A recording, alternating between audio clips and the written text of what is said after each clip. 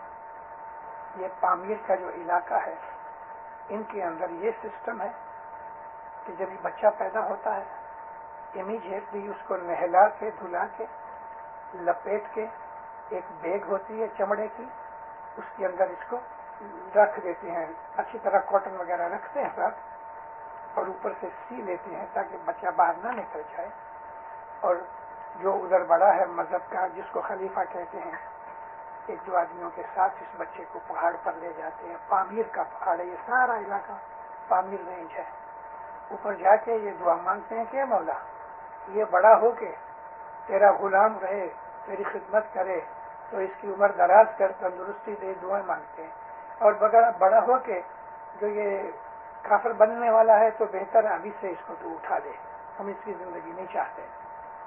اوپر سے اس کو آہستہ سے پھینکتے ہیں تو یہ رول کرتے کرتے کرتے کرتے 4-5 ہزار فٹ سے نیچے آتا ہے.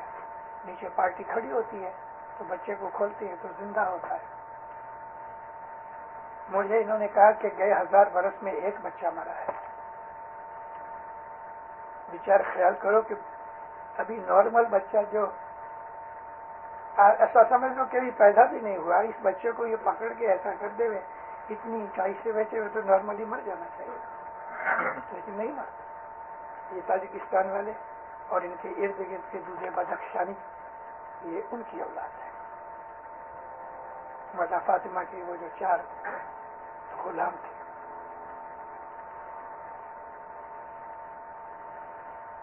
میں 94 میں آزر امام کا دیدار کرتے تو میں چلا گیا تھا ماسکو گیا پھر بعد میں تاجکستان کے سفر کیے. بہت مزہ آیا. ان لوگوں کے دل حضرت امام کی محبت سے بھرے ہوتے ہیں.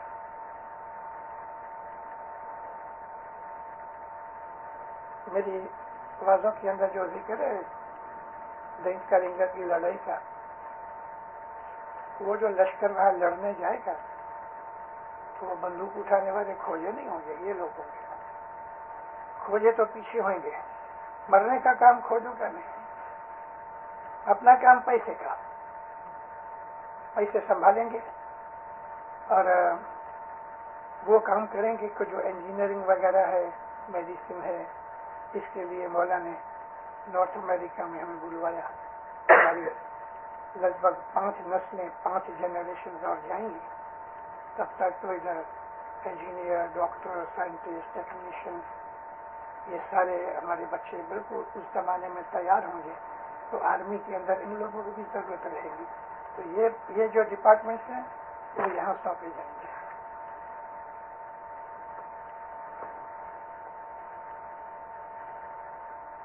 بہت سے اعتمادی بھی ہوں گے یعنی کہ جن کو مولا ٹریجری کا کام دے گا وہ کام ان کے پاس رہے گا.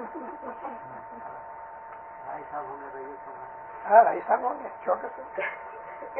میں نے تو کانٹریکٹ پہلے سے کر لیا. کیا کریں گے اب ایک بہت بڑا میجر کوشچن میری سمجھ میں تو نہیں آتا ہے کہ اور یہ ابھی تک اتنے دن ہو گئے کوئی پیچھے یونان میں کوئی ریفرنس نہیں ملتا of any other intelligence being اور اینی ادر پلینٹ اور اینی ادر اسٹار. اگر خدا والی تعالیٰ فرماتا ہے کہ میں نے یہ سب کچھ انسان ذات کے لیے پیدا کیا ہے اور ارتھ اب جیسے جیسے نئی نئی گیلیکسیز ملتی ہے تو ارتھ کا تو کوئی نام و نشان نہیں. ایک پن ہے کہ جتنا بھی نہیں ہے ارتھ. یہ ارتھ کے اوپر میں انسان کو بھیجا اللہ باری تعالیٰ نے اپنا پیغمبر بنایا جس کو کہتا ہے مائی موسٹ بلیوڈ کریشن اور رحمت العالمین بنا کے بھیجا سب کے لیے رحمت بنا کے. وہ اس ارتھ کے اوپر جس کا ٹریس نہیں ملتا یونیورس میں اگر ڈھونڈو تو ارتھ نہیں ملے گا کہیں جس کے اس میں بلینس ٹریلینس آف اسٹار. تو اللہ والی تعالیٰ نے صرف اتنی بڑی ارتھ کے اوپر میں ایک انٹیلیجنٹ بینگ اور رسول پاک کو بھیجا. یہ سب بنایا تو اس کے کوئی مقصد بات کیا ہوتی ہے کہ جو بہت قیمتی چیز ہوتی ہے نا وہ تھوڑی ہوتی ہے. 150-200